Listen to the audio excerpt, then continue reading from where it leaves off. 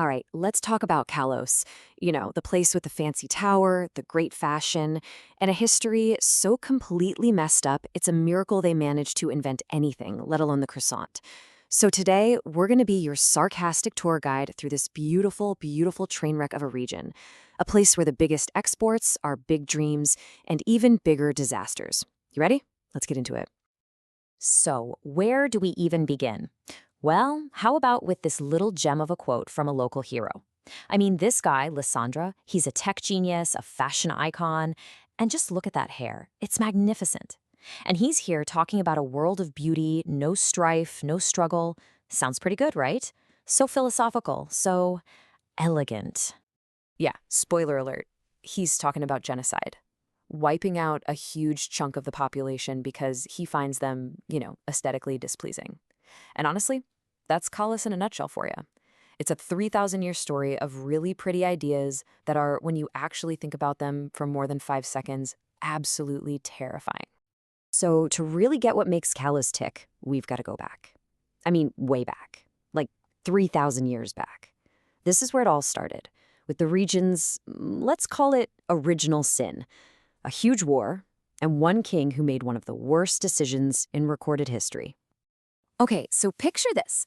There's this massive, horrible war tearing the region apart. And the king, this incredibly tall guy named AZ, has an idea. A brilliant idea. He builds an ultimate weapon, right? Powers it with the life force of a whole bunch of Pokémon, super ethical stuff. He uses it to end the war, which, okay, fine. But then, in a little fit of rage, he fires it again and just vaporizes both armies. For his troubles, he's cursed with eternal life. So now, he just gets to walk around forever, thinking about what a genius move that was. I mean, what a perfect, stable foundation for a new society. Nothing could possibly go wrong from here. And this is the best part. After this little apocalypse, what happens next in Kalosian history? For 3,000 years? Basically nothing, or at least nothing anyone wrote down. It's just this super long, super awkward silence. It's like the entire region collectively decided, you know that giant death laser we just buried? Let's just not talk about it. Ever. This, my friends, is what literary types call foreshadowing. All right, so after that solid start, how does Kalos decide to move forward? Well, you fast forward a few millennia, and they're ready for their next big idea. A huge redevelopment plan for their capital, Lumiose City.